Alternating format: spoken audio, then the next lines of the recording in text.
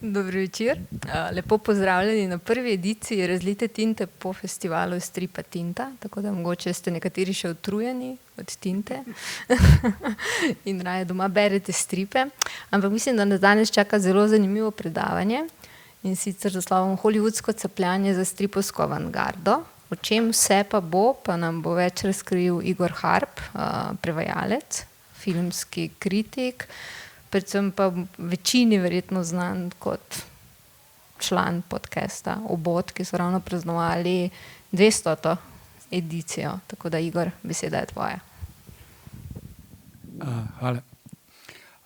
Zdaj, naslov sem dal Hollywoodsko capljanje za stripovsko avantgardo, s čemer hočem povedati, da stripi obravnavajo določene teme in zgodbe ful, preden si filmi to upajo. Ampak bomo šli malo skozi zgodovino in da naj poudarim še zraven, da bo fokus na superjunaških stripih, zato je tudi Batman na naslovki in ne recimo na Tamari Drew ali pa Road to Perdition, Ghost World, ki so odlično prirejene stripovske zgodbe, ki nimajo veze s superjunaki, ampak pokažejo nekaj drugega. Torej, gremo čist na začetek. Bomo tu šli malo hitreje skozi. 1938 Action Comics številka 1 predstavi Supermana, leto kasneje Detective Comics 27 predstavi Batmana in takoj novi mediji zagrabijo, mislim, strip je tudi bil relativno nov medij, ampak še novejši mediji in sicer leta 40 The Adventures of Superman postane serializirana radijska igra.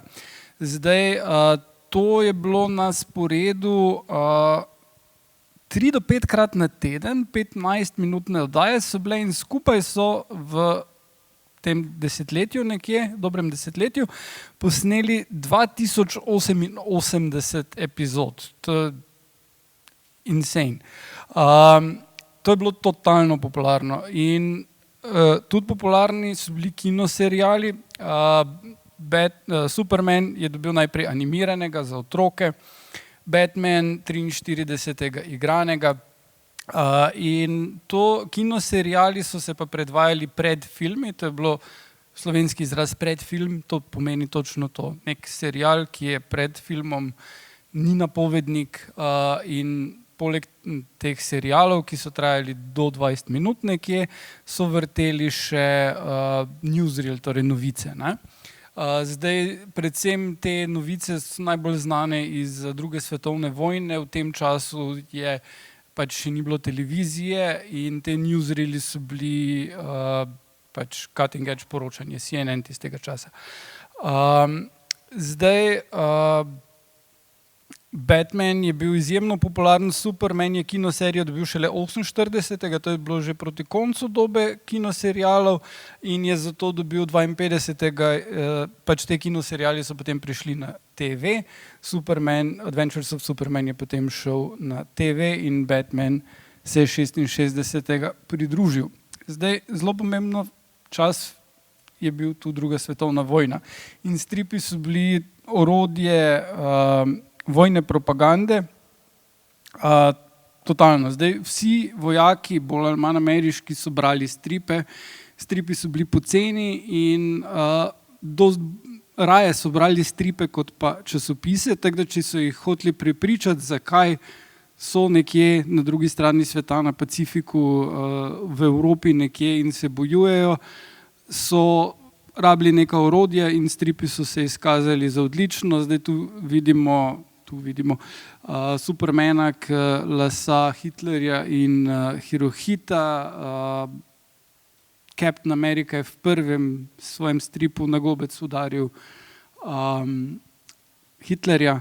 To je bilo takrat full in tukaj so ti novi mediji to še bolj zagrabili, zato ker radijska igra Adventures of Superman je prešaltala na hardcore rasizem celo do Nemcev, do Japoncev še bolj in je propagandni urad celo prosil urednika, da dajte malo umiriti s tem, zato ker pač, če ima nekdo malo tak priimek, ni nujno, da je Nemec, vi pa propagirate, da ga bo nekdo še pretepil. Ne? So rekli ne, mi moramo narediti vse, kar je treba, te tuje elemente je treba skiniti, America first. Skratka, gremo zdaj še malo serialom. Tukaj bom zdaj bom zavrtel tale serial za Batman. To je trailer. 1 minuto traja.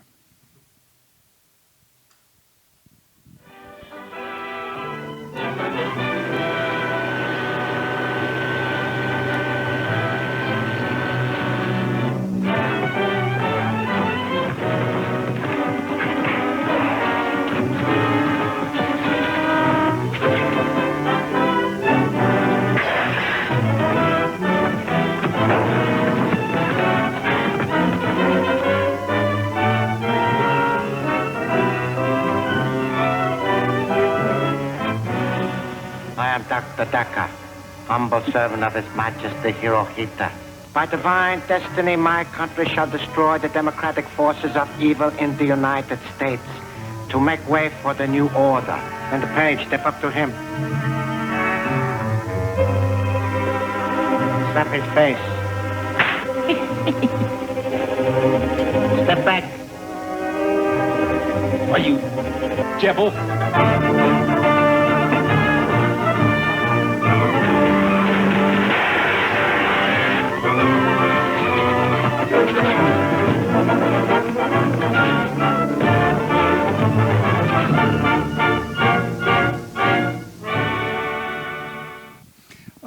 Zdaj, Batman je bilo, na začetku se je to pisalo narazen, zdaj tale japonski tajni agent dr. Daka je glavni zlobnejši bil ustvarjen posebej, zato ni stripov, ampak tematike te vojne propagande so pa bile direkt vzete od tam. Ne?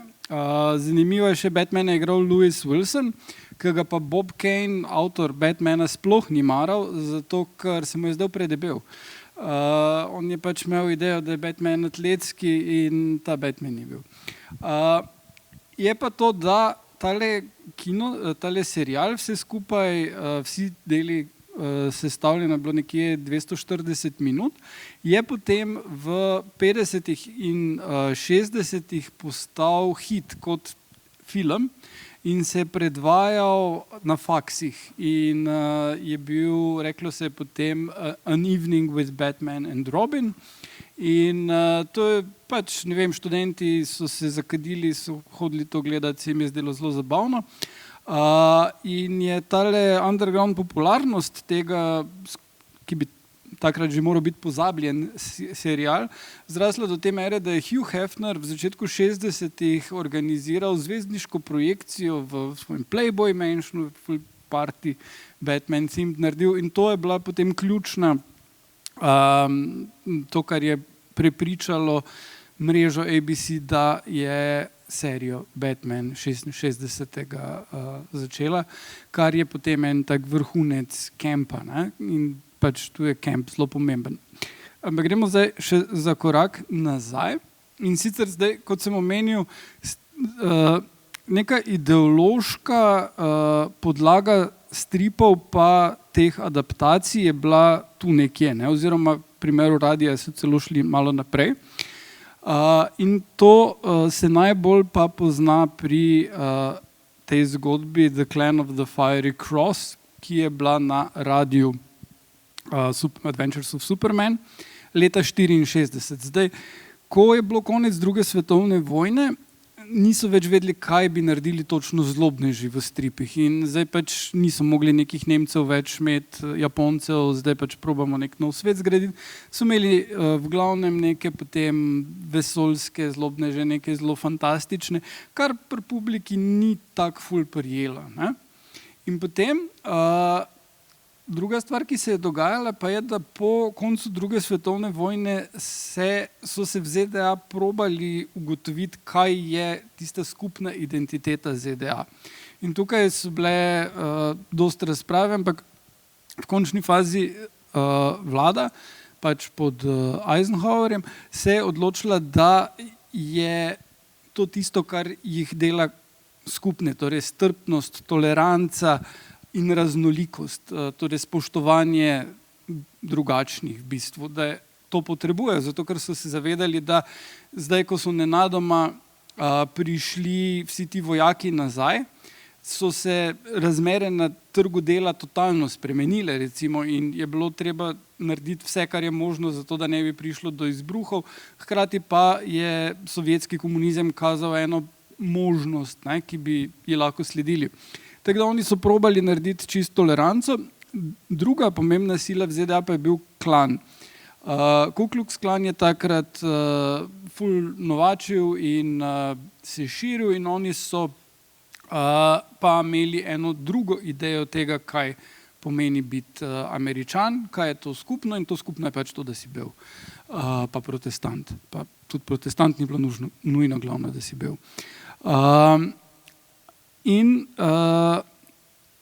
Avtorji radijske igre so se odločili, da se pridružijo te pobudi propagandnega urada oziroma urada za komuniciranje, kakorkoli se mu je reklo, in so naredili to zgodbo, ki se imenuje Clan of the Fiery Cross in je bila totalen hit.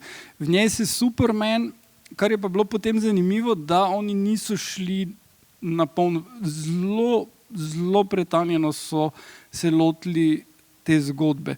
Recimo vedeli so, da temnopolti niso glih, dosti ljudi se boji temnopoltih, ampak Kitajcev pa malo manj, ne? Zato se klan v tej zgodbi spravi na eno kitajsko družino, ne? In ful je enih takih subtilnih odločitev bilo noter, ki so z današnjega vidika malo rasistične, ampak takrat so imele pa obratni učinek. In skratka Superman premaga ta Clan of the Fiery Cross, pomaga ljudem, da se postavijo na noge proti njim, in hkrati, ker je pač ta zadeva bila totalen hit, je klan dejansko izgubil veljavo s tem. So imeli še en kup drugih problemov z pač temi denarjem in prevarami in tako dalje, ampak to je bilo, oni so protestirali, ampak dejansko je ta Superman radijska igra jih čist zabila.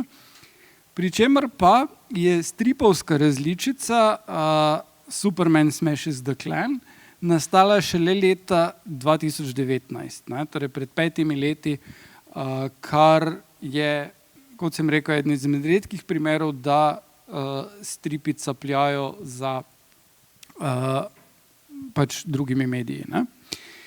No, potem pridemo v 50-ih in zlato dobo televizije. Tukaj sta Batman in Superman imela svoji seriji. Superman je začel črno-bel, igral ga je George Reeves, in potem je prešaltal na barve. Tukaj na sredini spodaj vidimo Bena Afflecka. To pa zato, ker Ben Affleck igral Georgea Reevesa v biografiji Hollywoodland. In v bistvu je George Reeves, ga je ta vloga Supermana ful tragično zaznamovala, zato ker on je potem ni mogel nobene druge vloge dobiti, in ko je uspel dobiti druge vloge, kar je jih dobil tako, da je spal z ženami od producentov, so ga potem testne publika se je smejati začela, ko se je pojavil v resnih filmih, in so ga ven zrezali in on se je potem zapil in naredil samomor. Dosti tragična zgodba, ampak ena boljših Affleckovih vlog, no. No, po drugi strani pa Adam West, ki je igral Batmana, pa tega Kempa ni niti malo zavračal. On se je odločil, on je Batman in on je celotno svojo kariero potem gradil na tem, da je bil nekoč Batman in na vlogah, ki so zelo enake. In tu je dosti podoben svojemu vrstniku Williamu Shatneru, ki je takrat istočasno igral v Zvezdnih stezah in tudi na podoben način. Mislim, da bral sem nekoč, da sta ona dva bila dejansko kolega in sta predtem skupaj igrala v teatru, kar je moralo biti zanimivo videti, kdo od njiju je bolj to overactal. Torej, Kemp kot orožje upora. Zdaj, 50-ih je izšla knjiga Fredrika Werthama The Seduction of the Innocent, to je sovpadlo z McCarthyjevim lovom na čarovnice, na komuniste, in Seduction of the Innocent zdaj je bila knjiga o tem, kako stripi korumpirajo mlade. Zdaj, Friedrich Wertham je bil psihiater, ki je zdravil revne mlade fante, pač brezplačno kliniko je imel, in je z tega vidika naredil dosti dobrega, ampak on je ugotovil, da vsi ti fanti, ki pridejo k njemu s težavami, tudi kakšna punca vmes, berejo stripe in se odločil, da stripi so problem. Ne to, da so revni, to, da je kriminal v okolju kakorkoli, ampak stripi. Tudi otroci, s katerimi ni bilo čist nič narobe, so brali stripe, ampak tako se on odločil, tu je najdel en kup tematik noter. Zdela se mu je ful problematična Wonder Woman, ful je videl enih lezbičnih tem, zdel se mu je problematičen Batman, zaradi tega, ker je sam videl v njem v pač razmerju med Robinom in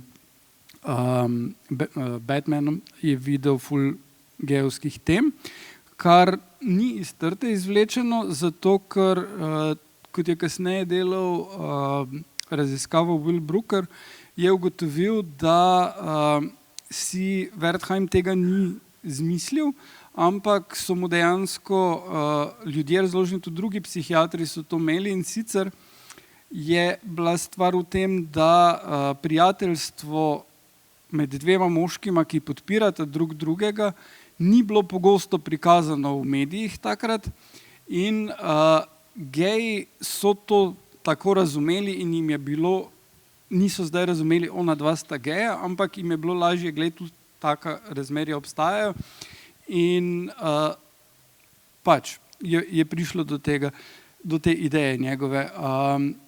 Adam West pa ta, ki je igral Robina, sta jo to idejo zavračala, ampak hkrati pa sta bila zelo popularna med geji.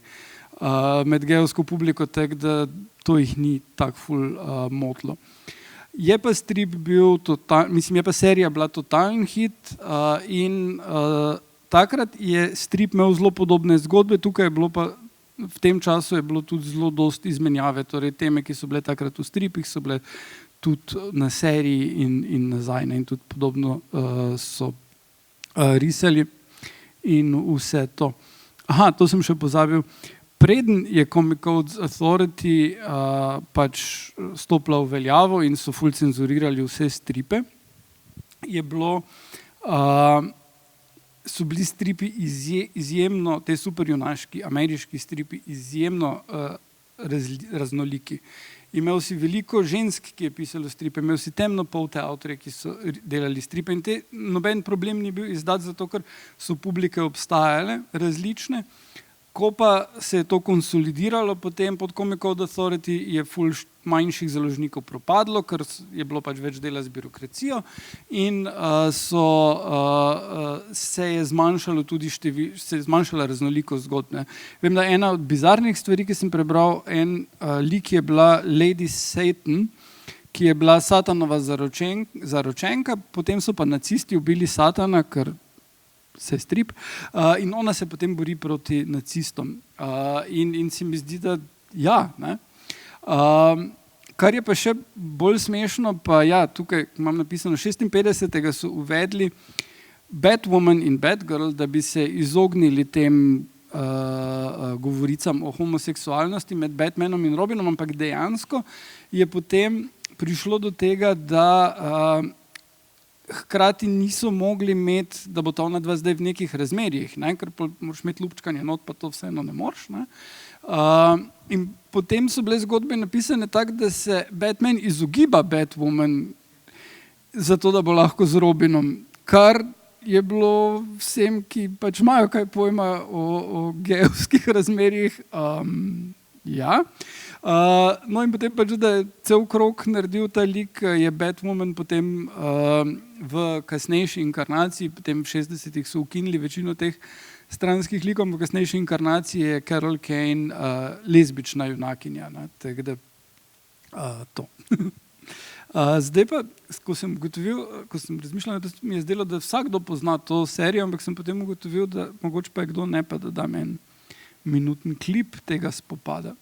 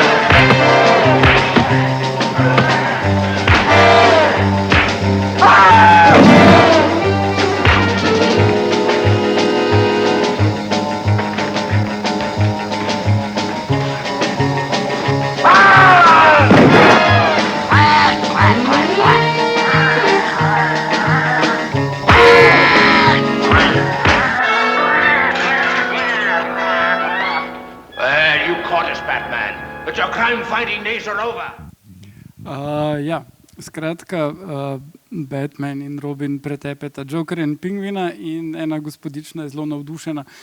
Ta serija je imela vedno en kup zelo prikupnih gospodičn, tako da bila je v osnovi namenjena otrokom, tako da so otroci z veseljem gledali, ker vsa ta akcija, pa žive barve, pa vse to, ampak očetje so vedno zraven gledali zaradi teh prikupnih gospodičn in potem je bil najpogostejši protest otroški, oče, nehaj se smejati, zato ker kako se ne bi smejal pri temu, ne. Bili so pa tudi zelo progresivni, Eartha Kitt je bila prva temnopolta Catwoman, kar je bilo, ko je bila zdaj tale Zoe Kravitz napovedana kot Catwoman v The Batmanu, bilo ful enega haloja iz te rasistične manosfere, da kaj pa smo zdaj tak woke, ampak ja, pred 60 leti je to čist vredo šlo skozi, ne vem, zakaj danes ne bi, ne. Tako da to je bilo dvakrat, toliko popularna je bila ta serija, da je bilo dvakrat na teden na TV-ju in so naredili kar 120 delov v 3 letih. Medtem pa so pri Marvelu bili malo bolj resni že. Torej, Comic Code Authority v začetku 70-ih čisto izgubi veljavo, nehajo ga upoštevati in postanejo bolj drzni. In Stan Lee naredi Amazing Spider-Man 96, ki je precej drzen in sicer najprej je v zgodbi, da Spider-Man reši enega narkomana, ki misli, da lahko leti, oziroma Spider-Man celo najprej pomisli, da je tu še en superjunak, ker proba leteti, potem pa ugotovi, da je to en junkie, ki samo meni, da lahko leti. In dalje v tej zgodbi se njegov cimer in prijatelj Harry Osborn začne drogirati z nekimi tabletami, zato ker je v depri, ki ga Mary Jane ne mara in potem se še cela zadeva z Normanom Osbornom, Goblinom, razplete tako, da Harry overdozira, pa ga potem vidi, pa potem ne bo več zloben, pa kakorkoli, ampak dejansko, da se omenja droge in da je en dosti realističen prikaz, torej, da nekdo postane zasvojen, ker ga punca ne mara, da pač se obrne k drogam, je bil zelo drzen. Najkasneje so tudi pri DC imeli, ampak redko kdaj toliko v redu narejeno in Stan Lee je zelo dobro znal biti družbeno kritičen, no. No in v 70-ih pa so stripovske serije zaživele na TV-ju, ampak nikakor ne tako drzno, kot smo zdaj govorili o Spider-Man. Imeli smo Wonder Woman, imeli smo neverjetnega Hulka in Spider-mana, ki so bili glavni. Bile so prve sobotne risanke v tem času, to recimo so Super Friends bili, ne. Spider-Man je mimogrede imel 2 seriji, ena je bila ameriška, to je tista, ki izgleda malo bedna, tole pa je bila japonska, ki izgleda čist noro. In je se imenovala Spider-Man. Zdaj, Spider-Man je poleg običajnih moči imel tudi ogromnega robota, Leopardona, pa bilo je vse skupaj zelo šundovsko, kot recimo junakov oče vesoljski arheolog. Vesoljska ladja ena se imenuje Marveler, zlobnež pa je Profesor Monster. Zakaj ne dela več tako dobrih imen, ne vem. No, ampak recimo Wonder Woman je imela zelo feministično serijo in zelo Linda Carter je to vlogo naredila, bila je zelo priljubljena in tudi zadnji Wonder Woman film je potem Lindo Carter not vpeljal, kot da je tu nek continuity kao, ampak te zgodbe vseeno v serijah so bile, niso se trudile ubadati z družbeno relevantnimi temami. Zdaj pa japonski Spider-Man. Zdaj ja, tale studio Toei je kupil licenco pa posnel serijo. Zdaj drugače so delali žanrske filme s Sonyjem Chibo, pa občasno so tudi kakšne festivalske zadeve, v glavnem je bilo poceni žanr. Kot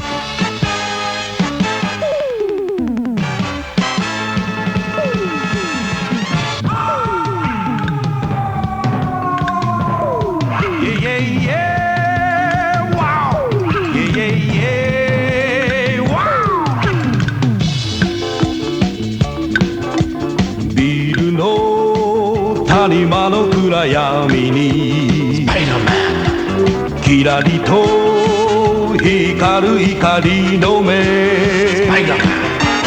安らぎ捨ててすべてを捨てて悪を追って空かける Change the apart. 君はなぜ君はなぜ戦い続けるのか命をかけて一筋に無敵の男スパイダーマン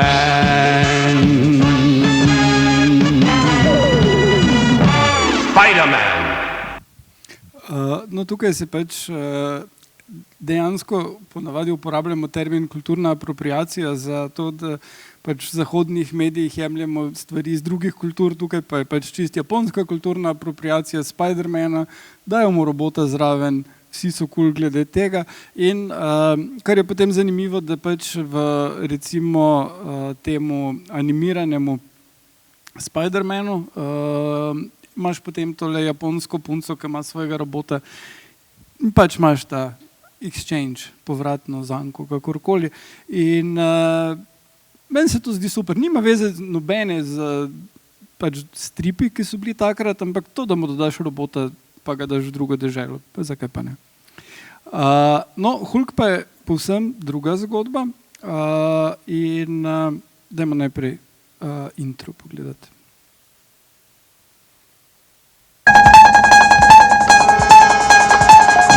Dr. David Banner, physician, scientist, searching for a way to tap into the hidden strengths that all humans have.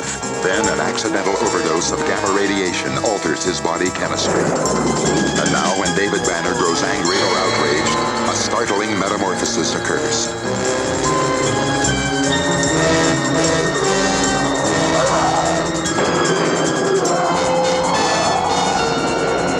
The creature is driven by rage and pursued by an investigative reporter. Mr. McGee, don't make me angry.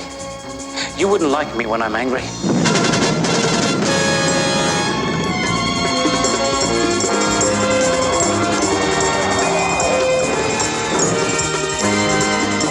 The creature is wanted for a murder he didn't commit. David Banner is believed to be dead, and he must let the world think that he is dead until he can find a way to control the raging spirit that dwells within him.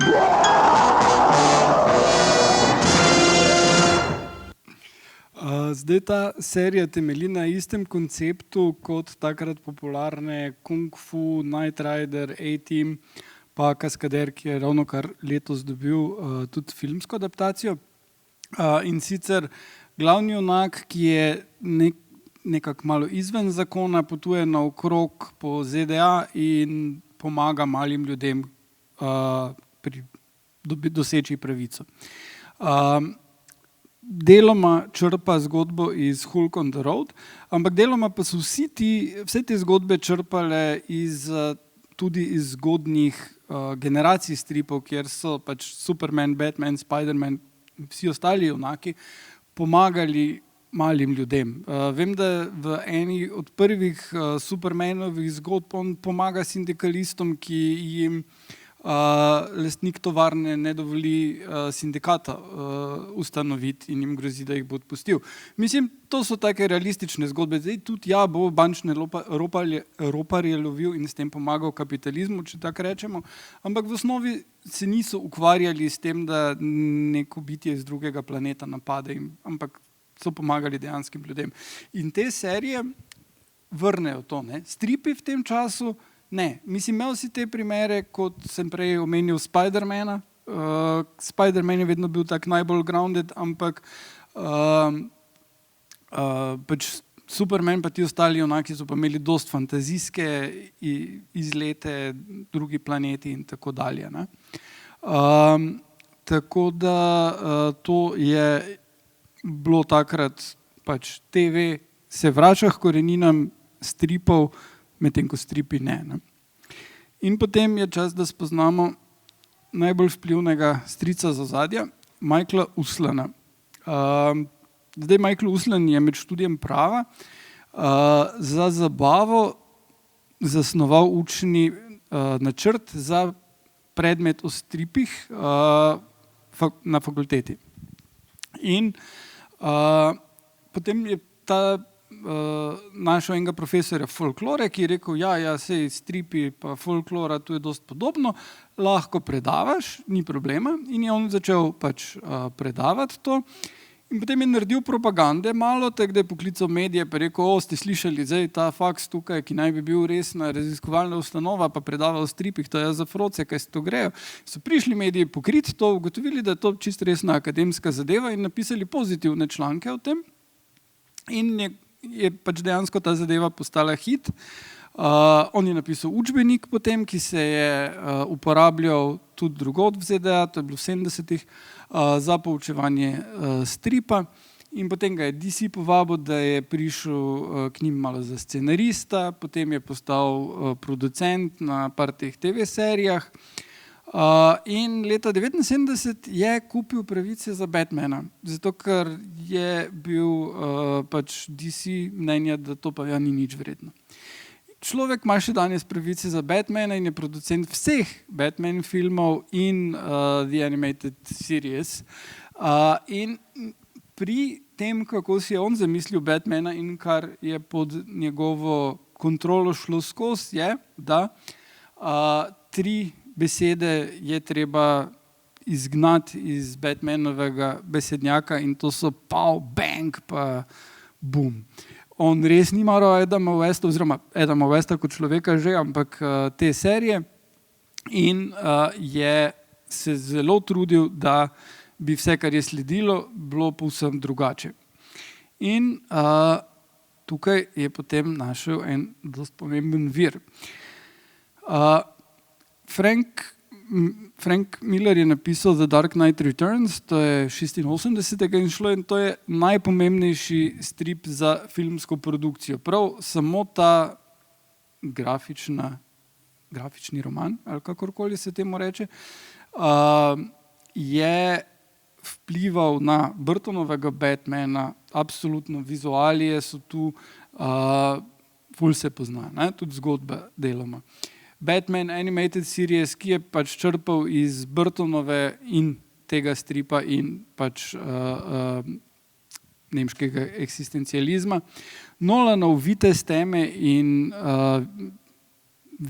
Vzpon viteza teme imate dejansko scene iz tega stripa. Tam recimo, ko se Batman vrne in dva policista ga lovita in je starejši policist, zdaj boš pa nekaj videl. To so scene iz filma in stripa identične. Potem je sledila animirana adaptacija, ki je zelo in potem je Snyder na Comic-Conu napovedal Batman proti Supermanu prav z citatom scene, ko se Batman in Superman borita v Dark Knight Returns. Tako da tudi Reeves je črpal deloma iz tega, ampak Reeves je še bolj črpal iz Batman Year 1 in Year 2, ki jih je pa tako isto napisal Frank Miller, tako da tale strip je pač celotna Uslanova filmska legacy. Ne? In tukaj zdaj spet pokaže, koliko je en strip iz 86. še leta 2024 oziroma 26, ali kdaj bo prišel Batman ven, še vedno lahko vpliv. Ne? Medtem je Marvel naredil filmsko vesolje in prvi film je bil Iron Man 2008, sledili so Maščevalci, 2012 je bil tisti, ki je res prinesel naprej vse skupaj. Zdaj, večina filmov je bila origin stories, kar pomeni, da so vzeli pač elemente iz prvih zgodb, kjer so se ti liki pojavljali, torej tudi iz 60-ih večinoma. Ne? Potem Iron Man 2 je vzel Demon in a Bottle, kjer se tale Tony Stark bori z alkoholizmom not in Ultron saga je pač cel ta Ultron od 60-ih vzel. Zdaj tukaj so črpali stvari iz teh starejših stvari, ampak so jih dostkrat naredili, poenostavili in naredili bolj blockbusterske. Zato, ker ko so se oni v stripu 79. lotili alkoholizma, so to vzeli kot resno zgodbo. Ne? Sej je bilo vsem jasno, da na koncu bo Tony Stark spet dobri stari, ampak tukaj v tem filmu pa to gre kar mimo, kar tako malo. In noben drug nikoli nima težav z alkoholom ali drugim, nobenem Marvelovem filmu. Tako da to je dosti tako poceni gre mimo. Ne? Potem so imeli nadaljne obotavljanje pri progresivnih temah. Prvi geovski lik je bil v Endgameu 2019 in to je bil, igral ga je režiser, en tip, ki se pogovarja z nekom. Mislim, da šele 21 v Eternalsih se pojavi prvi superjunak, ki je gej. Temnopolti superjunak Black Panther je dobil svoj film šele 2018, zdaj pač Blade ni v tem continuity, kakorkoli, je bil že 20 let predtem, ampak je predvsem vampirska zgodba bolj kot stripovska. In prva superjunakinja s svojim filmom bila Captain Marvel 2019 šele. Ne? Nasploh je tu bil en velik problem ženskih likov cel cajt, na več ravneh, to pač bi lahko bila lastna tema, problem žensk in Marvela. No, en pomemben razlog za to pa je Marvelov stric iz ozadja, Ike Perlmutter. Milijarder, v bistvu je postal milijarder, ko je prodal Marvel Disneyju, drugače pa je obogatel z prevzemi in razkosevanje podjetij v 80-ih in je potem nekako prek nekih združitev prišel v upravo Marvela, bankrotiral Marvel, ga prevzel, čist tak naš človek, bi lahko rekli. In je dober prijatelj Donalda Trumpa. No, med drugim je on blokiral film o Črni vdovi in blokiral to, da bi se sploh izdelki s Črno vdovo pojavljali. V vseh plakatih je moral biti njen lik zadaj, ker je pač rekel, da ženske ne berejo stripov. In to je bilo to. In niso mogli mimo njega, ne glede na to, koliko so se trudili. In to, ko so Terence Howard je hotel imeti več denarja po prvem Iron Manu in so ga skinili in zamenjali z Donom Cheadlom. In je on rekel, da sej ne bo opazil, če en drug črnc. Mislim, ne, obvisli. In potem, ko je šel iz Marvela 2015, so ga potem skinili, je Kevin Feige bil že resno pistov, da ne more nič narediti v tej smeri, ne. Je potem prevzel službo za vojne veterane, ker mu je Donald zrihtal službo. Bizarno. Drugače pa ja, tip ima, to je ena redkih fotografij, zato ker ful se skriva pred javnostjo in je na primeru Avengersov prišel z brki in pač neko masko celo. Ok, gremo zdaj hitreje malo, vidim, da je že ena ura. Možje X. Oni so pa imeli družbeno progresivne teme, so se zgledovali po stripih, zdaj prvi film je prišel ven leta 2000, ampak te teme, predvsem povezane z manjšinami in LGBT skupnostjo, so bile močno prisotne v Možeh X že od konca 70-ih, kar pač so metafora za ljudi, ki so rojeni drugačni. Ne? In tukaj recimo je šlo pač res za stvari, ki niso bile povezane zgolj z režiserjevo vizijo. Tu ne moramo ne omeniti tega, da je režiser Bryan Singer, ki je te filme, prva dva filma naredil in te teme zelo dobro izpostavil, se kasneje izkazalo, da je spolni predator, ampak te filmi so v redu, ni spolnega predatorstva not. In fraza iz prvega filma, ko je Icemanu zastavijo njegovi starši, ali si poskusil ne biti mutant, je res zadene bistvo tega, kar dost staršev gejev reče svojim otrokom, ne? Oziroma je par generacijo dve nazaj, pač leta 2000, ko je to ven prišlo, je bilo dost relevantno. Mislim, da danes smo malo bolj odprta družba glede tega. Ampak potem so prišli Days of Future Past. Super film, daleč najuspešnejši X-Men film in temelji na istoimenskem stripu, ki je nastal 10 let predtem. In ima zelo podobno zgodbo, ampak v filmu Kitty Pryde, ki so jo v stripih Kitty Pryde, ki so jo zgradili, ona je pač ena pomembnejših X-menov in ona lahko potuje skozi čas in ona je tista, ki gre nazaj in reši svet, medtem ko v filmu so rekli, da Ellen Page pač ni dovolj znana za to, ni dovolj slavna in mora to Hugh Jackman in njegov Wolverine narediti.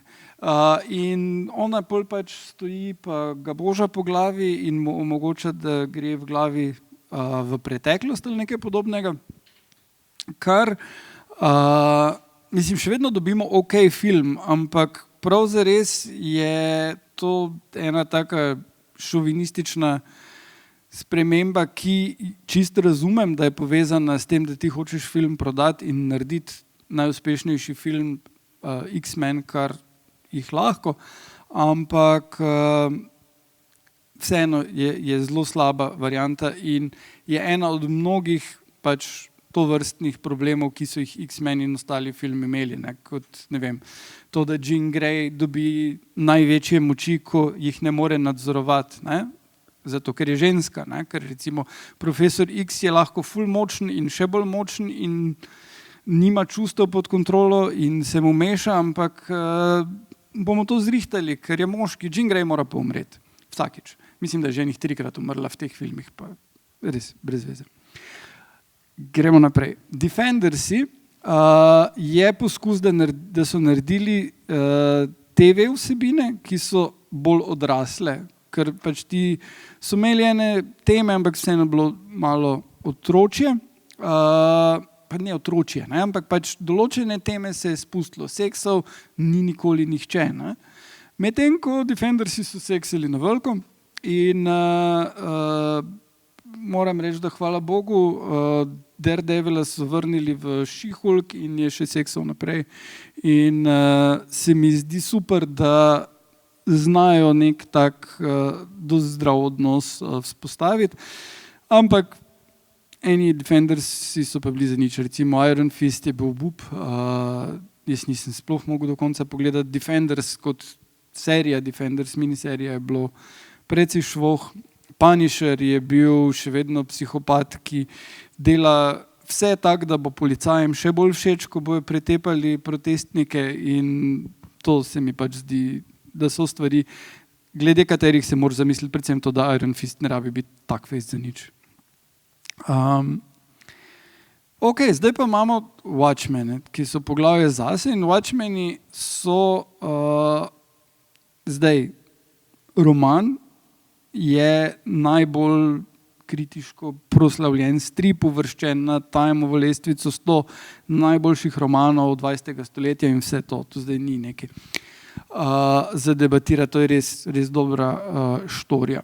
Filmska adaptacija je direktna, neposredna, veristična, Snyderjeva, čist se vidi, da je odraščal s tem, se vidi, da je oboževal s tem in da razen konca, za katerega je pač spremenjuje konec, ker je bil prepričan, da ne zna tega toliko dobro narediti, kot je Alan Moore, in je se odločil za neko malo bolj preprosto varianto, ampak sledi sličicam stripov do konca.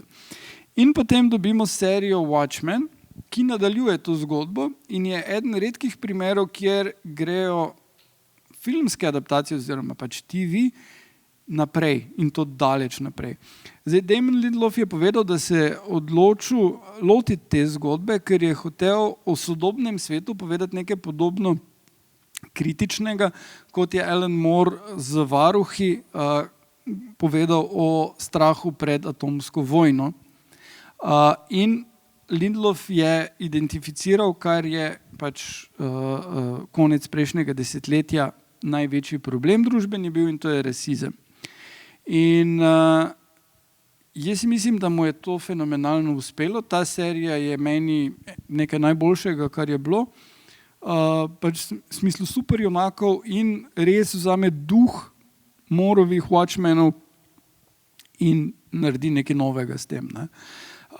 Medtem pa so Warnerju izsilili, pač zato, da ne bi Moore dobil nazaj pravic za Watchmene, naredili nadaljevanja, ki so pa precej slaba. Mislim, da se imenuje Atomic Clock ali nekaj tega. In kljub temu, da jih je napisal Geoff Jones, ki je sicer avtor zelo dobre Flashpointa, pa še en kup drugih stvari iz DC-ja, ampak tisto ni. No. In je primer, kjer bi stripi lahko bili bolj drzni, ampak mislim, da je prav bila tukaj korporativna, da glej, ti moraš zdaj te like iz Watchmenov povezati z Batmanom, Supermanom in ostalimi in potem imaš zelo malo prostora za nekaj novega povedati. Po drugi strani pa Pingvin. Glih kar mislim, da se zaključuje finale serije na HBO-ju in ta je naredila Pingvin zelo zanimiv lik. No? Zdaj tukaj je nekdo na Instagramu naredil zelo lepo progresijo, kako se je Pingvin razvijal skozi leta, 60-ih, 90-ih in kasneje. Tu spodaj potem vidite, to je letošnja serija Batman Caped Crusader, ki jo na Amazonu najdete in je Lady Penguin in je še bolj zajebana, grozna ženska.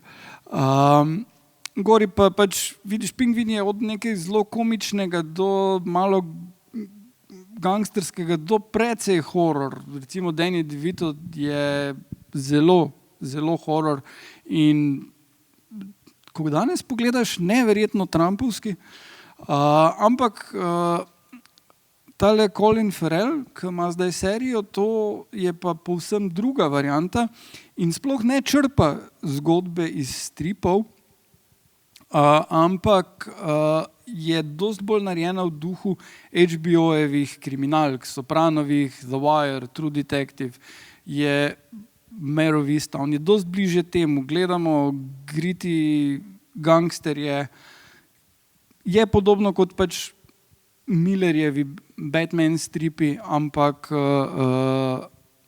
je drugje fokus. Ne? Miller je vedno imel fokus na Batmanu raje. Ne? Tako da Batman 2,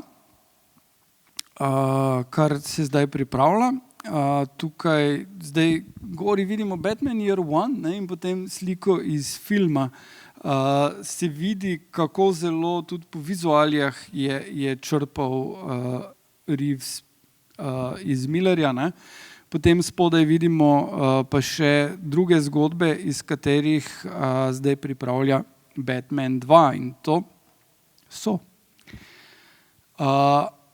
Year 2, ki je bil že prej, to je pač Batman Year One je Batman, ki se uči in velikokrat mu stvari ne uspejo. Batman Year 2 se uči, ampak mu že gre malo boljše.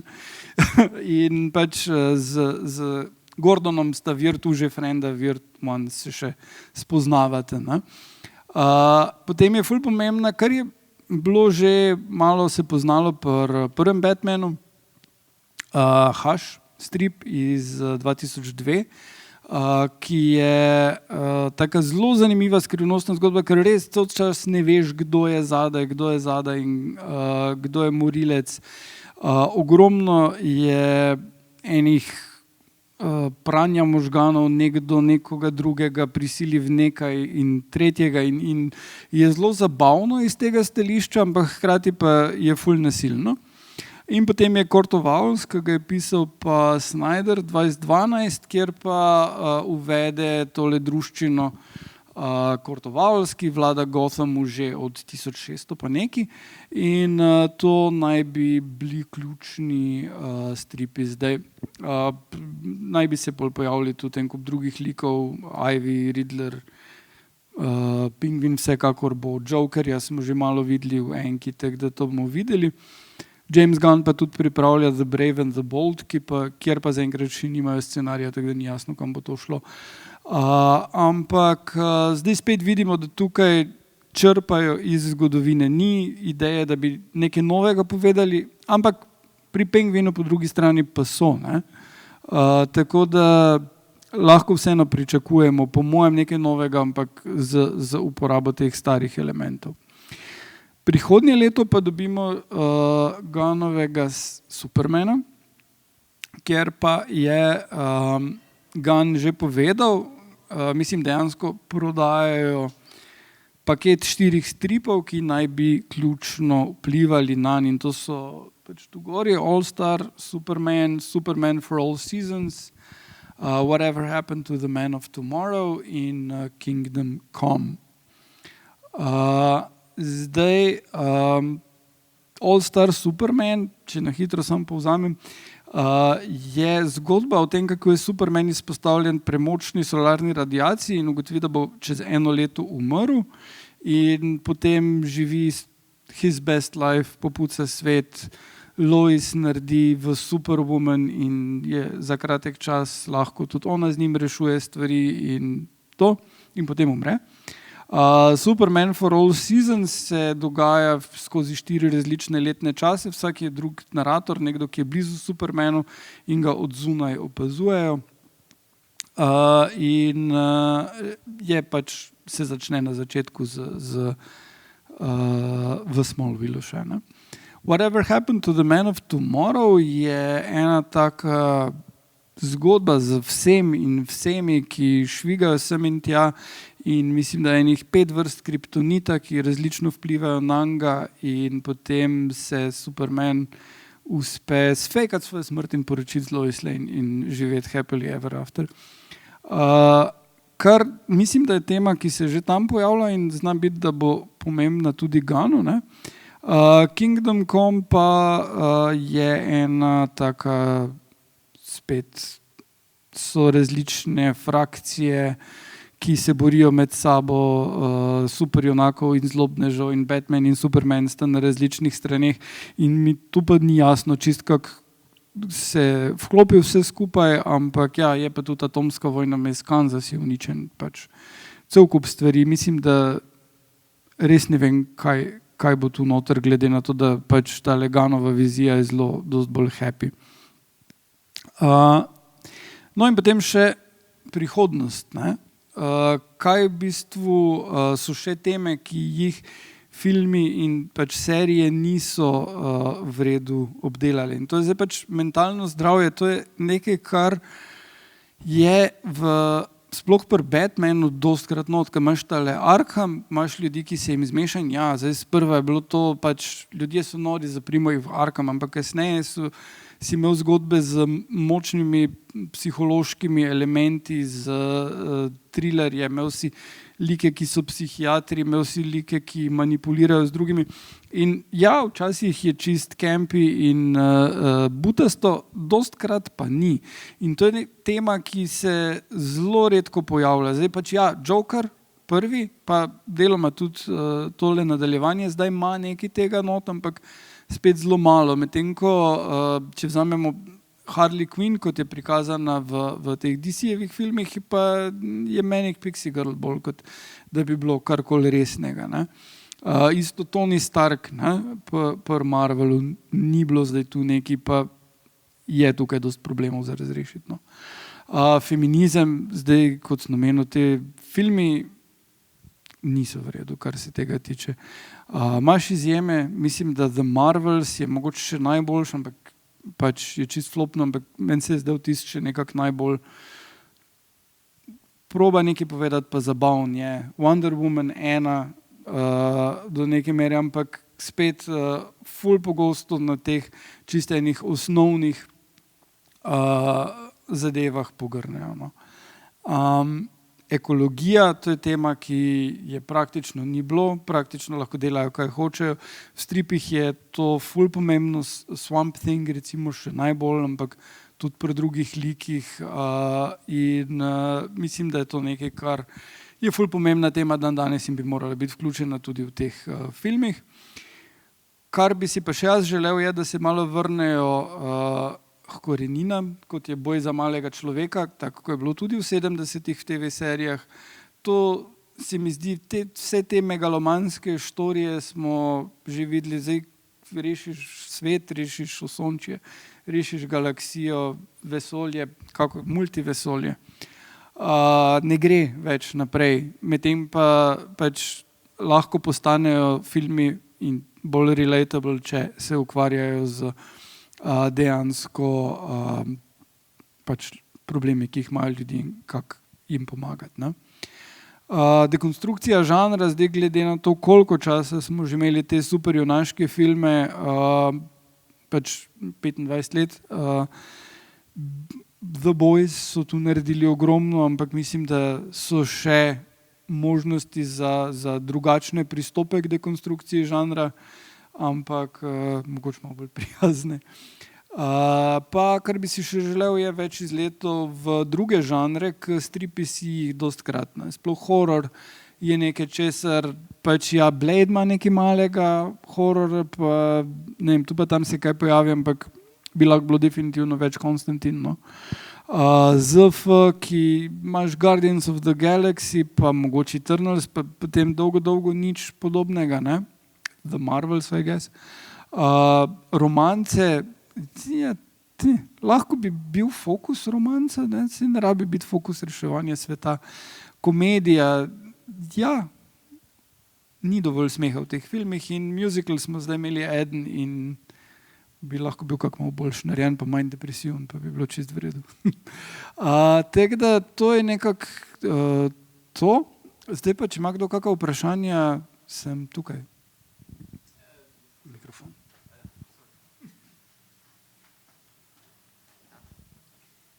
Se opravičujem, da sem zamudila, če si mogoče že omenil prej, ampak a so bili mogoče tudi kakšne filmske adaptacije oziroma serijske adaptacije teh alternativnih vesolj, tipa, kako se že imenuje, Red Superman, ko gre Superman v Sovjetsko zvezo? Red Sun. Ja, to imaš pa animirane DC-jeve zadeve, ki pa so hit and miss. Tale Red Sun, ne vem, če sem ga pogledal, imel sem eno obdobje, ko sem jih dosti gledal, pa jih ne ločim.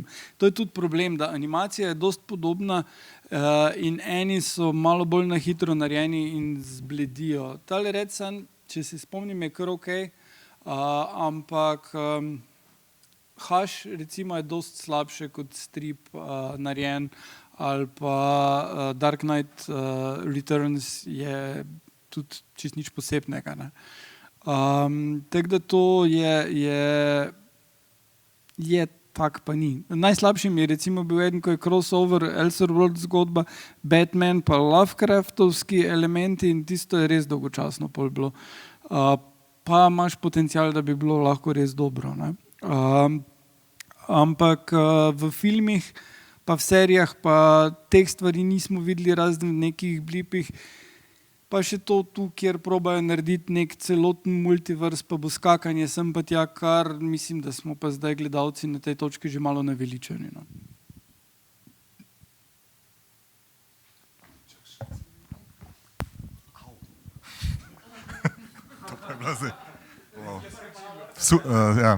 Energija, super je šla skozi me. Zelo fajn predavanje kot prvo. Me pa zanima, zdaj govorili smo o filmskih, televizijskih priredbah. Glede na to, da danes, zadnjih 10 let, ljudje po svetu, mlajši predvsem, bolj kot glasbo poslušajo, igrajo videoigrice, me zanima, a so kakšne, niso mi znane kakšne znane priredbe na videoigriškem področju, znanih ameriških superjunakov? Ja, seveda. Batman ima celo Arkham serijo, ki je super za odigrati. Potem imaš tisti Injustice, ki je v osnovi fighting game, ampak imaš še nek cel story zraven in temelji tudi na stripih. Ampak je tako kot Mortal Kombat, samo da se pač Batman pa, ne vem, Harley Quinn borita.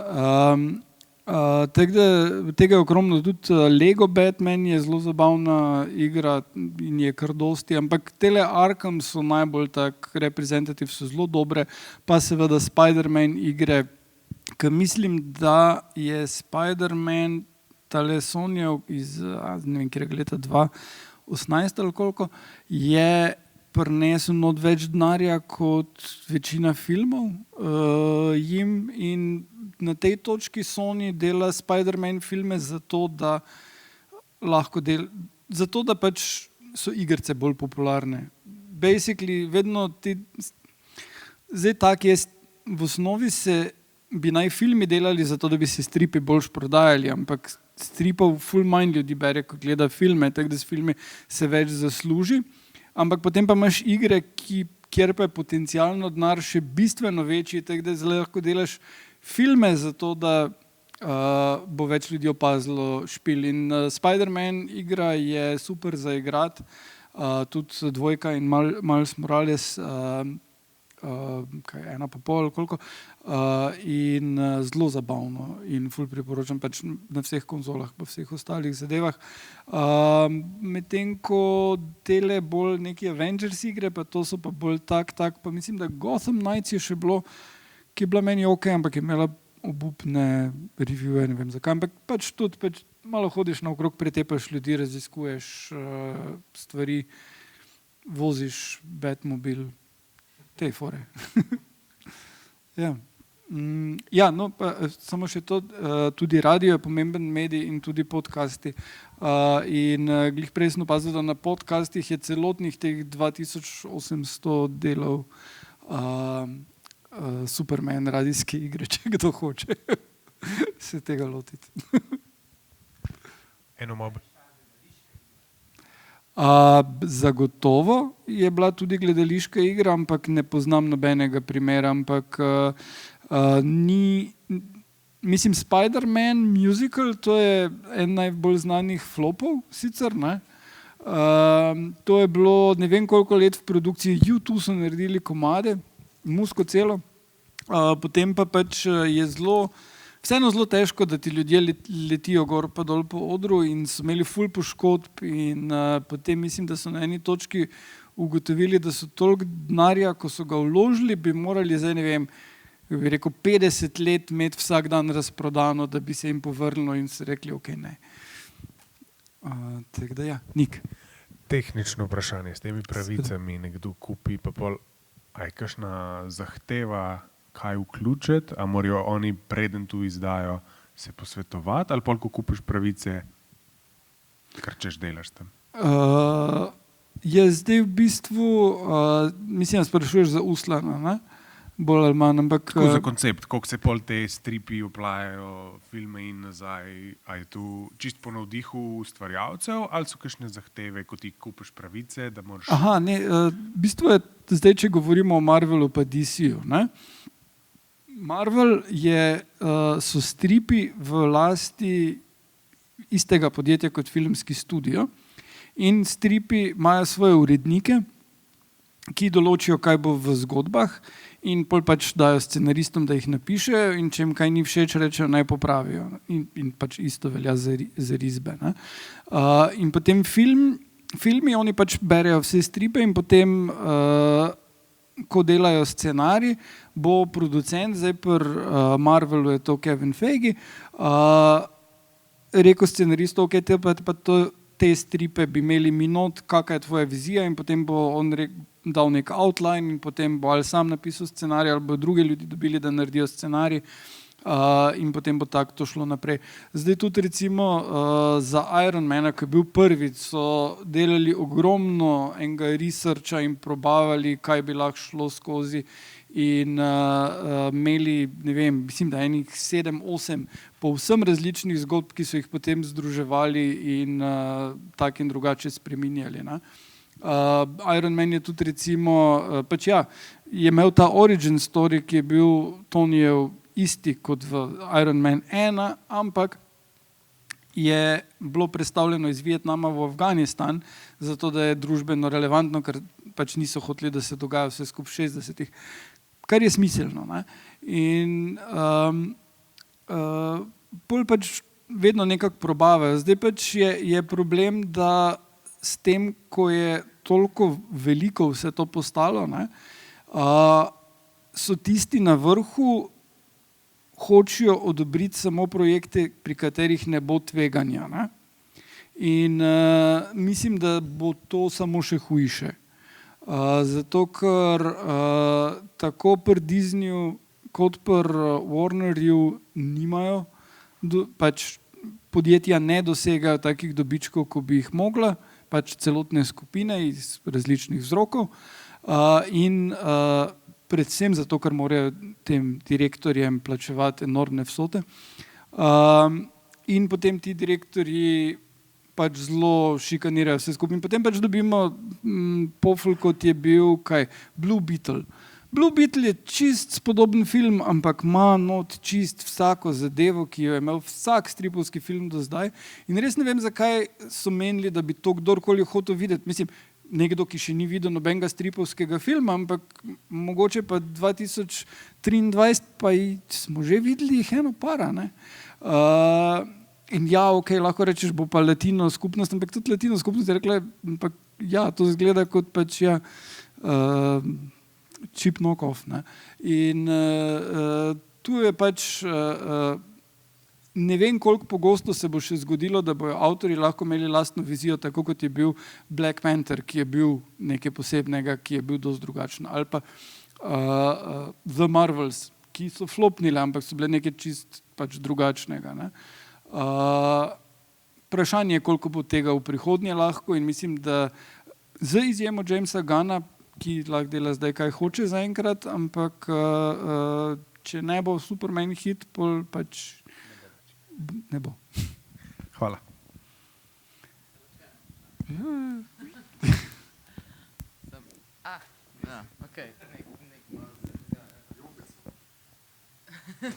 Jopica imam, res je.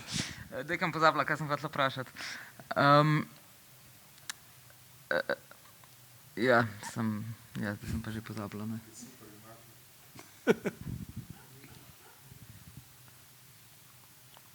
Ja, to. A se zdaj mogoče pri DC-ju ali pa pri Marvelu že dogaja to, nek Game of Thrones, recimo, oni so strip naredili zgolj na podlagi tega, ker je najprej prišla ven serija po knjigi, ne? In so izbrali toliko dobre risarje, da so v bistvu naredili storyboard, zgodboris, pač kar direkt potem in pa so rekli, če bo serija uspešna, pa bomo dali še to ven, zato da se bo pač lažje prodali. A se to mogoče tudi v primeru superjunakov že dogaja?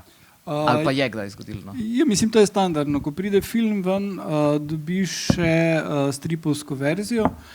Jaz se spomnim, mislim, ne vem, če še najdem kje, ampak imel sem za Batman 89 pač Burtonov direkt v bistvu storyboard oziroma strip je, ampak je prav narisan, da zgleda kot Michael Keaton in vse isto je noter, par dodatnih scen celo, ker se prav spomnim, da mi ni kliknilo, če se spomnite tega filma, tam, ko Joker sipa denar ljudem in so vsi, denar, ne?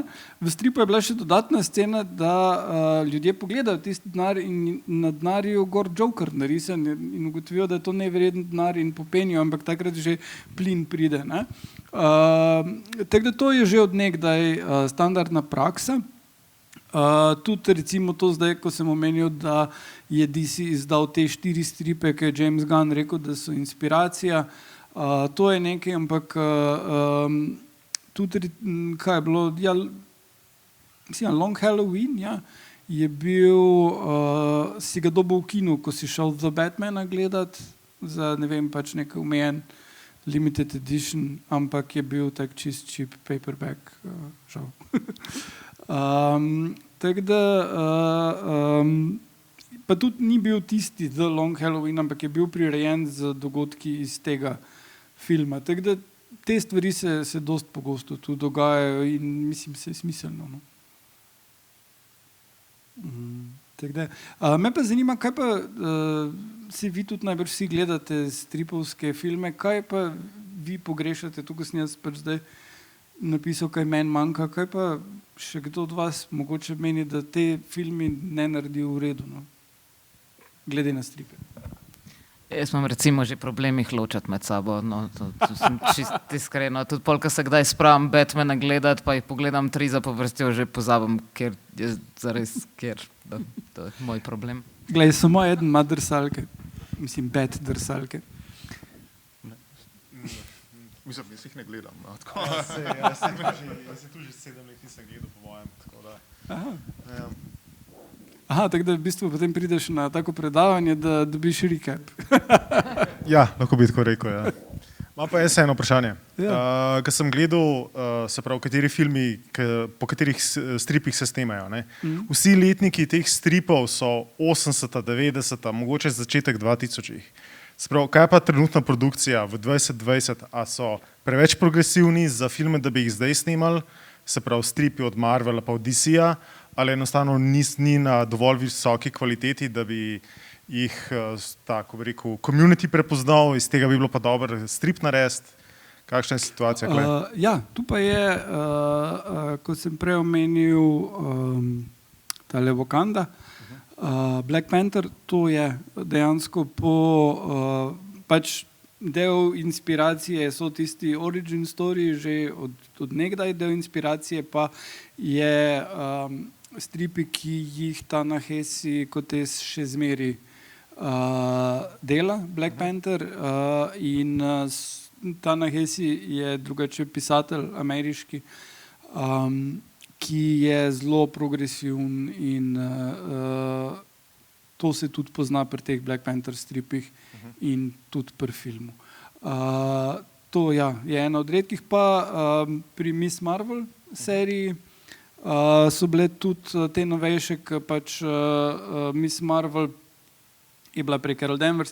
Tukaj potem kasneje so uvedli, da je Miss Marvel, torej najstniška superjunakinja, Kamala Khan, ki je najstnica v muslimanski družini v New Jerseyju, pač pakistanskih korenin, in so serijo naredili na osnovi te. Tudi pač tele Spider-Man risanke, Spider-Verse, temeljijo na Miles Morales zgodbah, ki so dosti novejše, kjer pač so te multiverse, ampak tako da ja, so tudi te novejše, ampak pri teh ta največjih likih pa ne. pa je treba iti na preizkušanje. Tudi dostkrat gre pol za to, da te filme dobijo za delati režiserje, ki bojo zdaj probajo narediti nekaj epskega iz njih, nekaj več povedati, ne, kot recimo James Gunn, kot recimo Nolan, Snyder, ne, in bojo vzeli zgodbe, ob katerih so odraščali raje, kot pa nekaj, kar bi bilo novo pa edgy, ne. Kar zdaj pač res, rabimo še enkrat videti, kako so Batmanu ubili starše. Ne. Pač ja, biseri letijo, ne. Ja. Si zato sem ravno dal tale Damned to gor, ki je meni en najboljših Batman stripov zadnjih letov iz 2019 in je čist horor, totalno. Batman umre, zmeša se mu, ni da ni, demoni, John Constantine gre mimo, v glavnem res cool zadeve, ne. Tako da, ja. No pa tudi videli bomo, kaj bo Konstantin. Mislim, da naslednje leto pride Konstantin film, pa mislim, da tudi bo po malo novejših virov črpal, ne? Čeprav pač ga bo ponovno igral Keanu. Tako da, ja. Ok. Dobro, me veseli. Super. Hvala.